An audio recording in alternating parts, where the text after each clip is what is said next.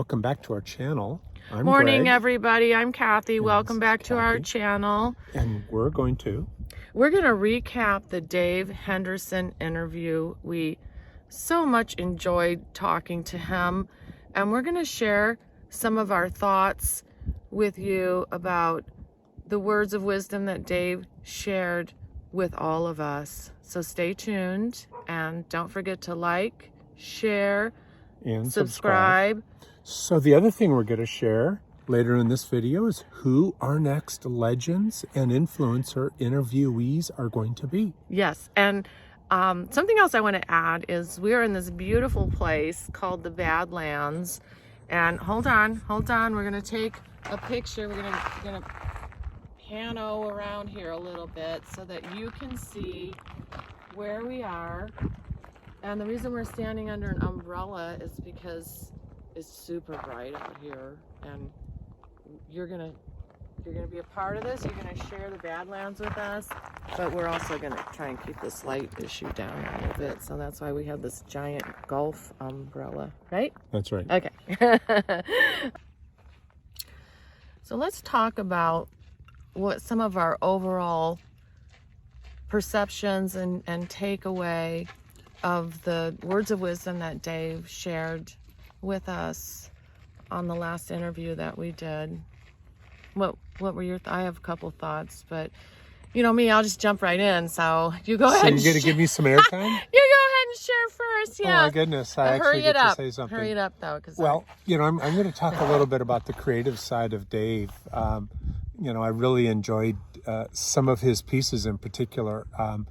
That project he did in New York at the fair that was 31 feet tall and 417 or 412 tons of sand.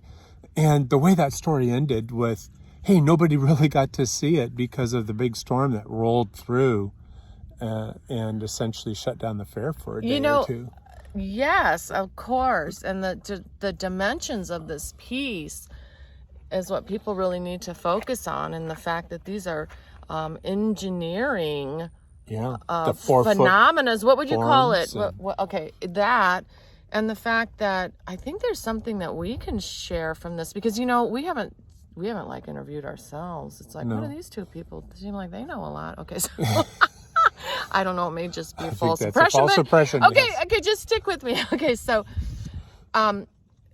help me. This is where I need your memory, because I kind of just hear the stories sometimes, but didn't we have a piece where we did all the work and then nothing, it wasn't shown, or it wasn't, it got left on the cutting room floor or something, but we still did the work. No, we still did the work. Of course. And we got paid. Oh, I know what it was. It was some kind of like, stick with me, everybody, because I got to search my mind for this one. And you're going to help me, because, it was something like, it had to do with filming a movie or TV show or something. And they had like multiple ways they could do it. So they had, just stick with me. This is where I'm going to get silly. Now, hold on. I'm presenting.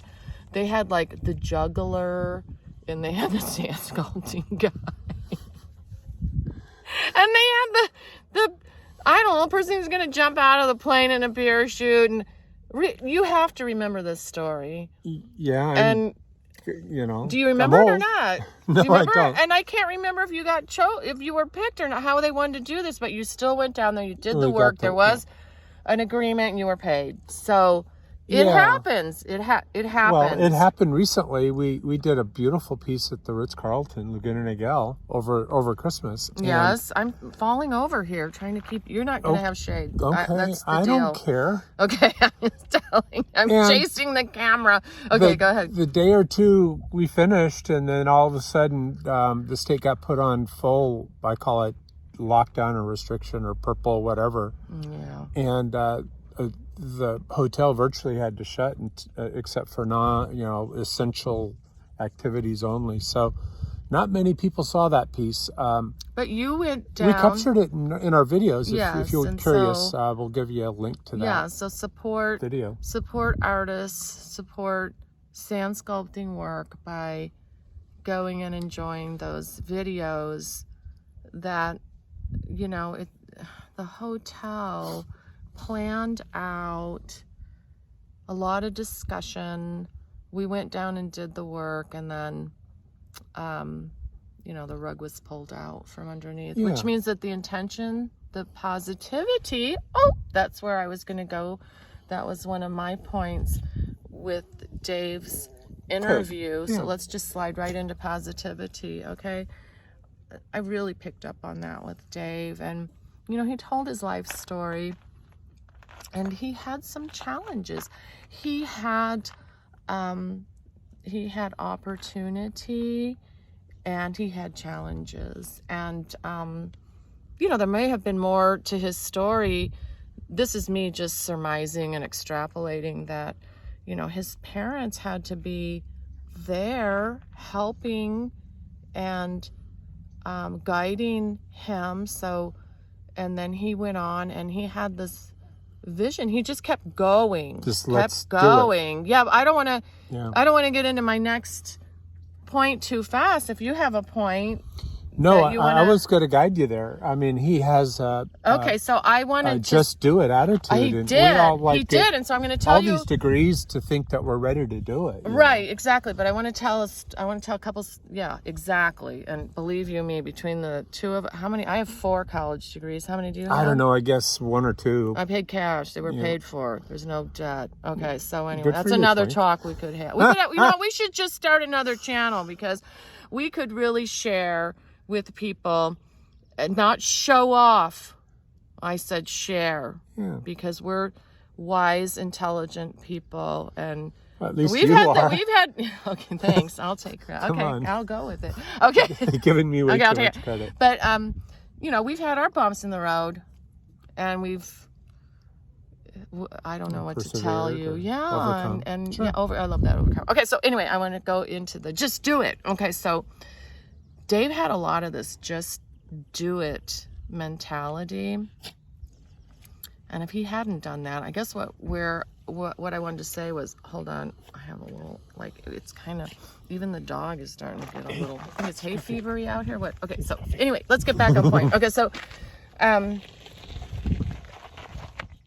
a lot of us get, there's a lot of barriers out there. This is getting into our idea of another channel, but there's a lot of barriers to entry on a lot of things. And if you're young and you're watching this, you need to sit down and you need to think about that, and think about how there are these built-in barriers of entry to push your life ahead. And I'm not talking about how do you get around those. I'm not talking about cheating, stealing. No, I don't follow that philosophy. But you need to think about those things that are built into society that are actually barriers to entry. Okay, and probably we should start that other channel. Okay, so anyway, I want to tell a story about this. Just do it. So we are back, and if you're a follower of our channel, you know that these what do we call these, recaps of interviews are a little choppy because we do it off our phone. We try to go out and find some nice, unusual places so that we can share, where we live, and we got share here too. To share, share. Okay, so anyway, I was going to share this story. I was going to share a story. Okay, Let's share. That had to do with this just do it thing. Okay, so when I was getting my master's degree, in nursing, go out to Long Beach and 49er. Yeah, and I got to tell you, I saw Steven Spielberg in the bookstore. Yes, I did. It was him. It was him, and he was on the 2nd floor. And he would remember me as the blonde-haired lady who brought the 5 kids into the bookstore, because I made my kids go to college with me. Not with me. What happened was, I'm getting off task here, but I had to go to the bookstore, and I made my kids go. I made the neighbor kids go. Get in the car, we're going down to the university, because you're going to learn, and you're going to be familiar, and you're not going to be afraid of what a campus looks like. And I'd park in a parking lot. I'm getting a little off task, but this has a little bit to just do it. I'd park, and I'd park in different parking lots, and then I'd say, okay, get us to the bookstore. Okay, and they did it, and they were familiar with college campuses, and I'm hoping that doing that little exercise with them brought each one of those kids to the success that they have today. So anyway, let's get to this. Okay, so I'm taking these classes, and it's kind of want to just do something else. It's kind of fun. So in the evenings, I can't remember if it was once or twice a week, but me and my girlfriend would go over to this I'm not grasping the right words. Handwriting? No, well, it was a handwriting course, but it was like this little place that taught like esoteric. It was fun. It's fun. Okay, so I've taken like the medical. I'm totally trained in medical Intuit, and that stuff is right on. And what else did we take over there? We took this handwriting class. It was just a way to like decompress and look at the world in a different way. And so we're getting to just do it. So you can only imagine a handwriting class. The teacher was phenomenal. Her name was Ellen. It was analysis, not learning how to write yourself. No, it was handwriting analysis, okay. Which, okay, you may think, oh, that's goofy. No, the FBI, the CIA, bankers, they follow that. In fact, Ellen had worked in the banking industry very high up, and she had to do this handwriting analysis on these super high executives, okay? And in fact, when you have an employment application you have to fill out, and at one point they say, stop, from here on, you will now begin the writing process of the application. Someone like an Ellen is going to be looking that over. Ooh, okay, so anyway, because it's so much fun about just do it. So me and my girlfriend were like on letter E. You have to understand, every night was a new letter. And as we drove over, we met, I'd be like, I can't take it no more. Tonight is H, like all about H. You can't imagine dissecting the letter H, okay? And so my girlfriend says to the teacher, let's just do an analysis. Come on, let's just do it. And she's like, I don't know. No one's ready. We're only to the letter H. There's so much to tell. And we're like, well, we have the books. We can refer.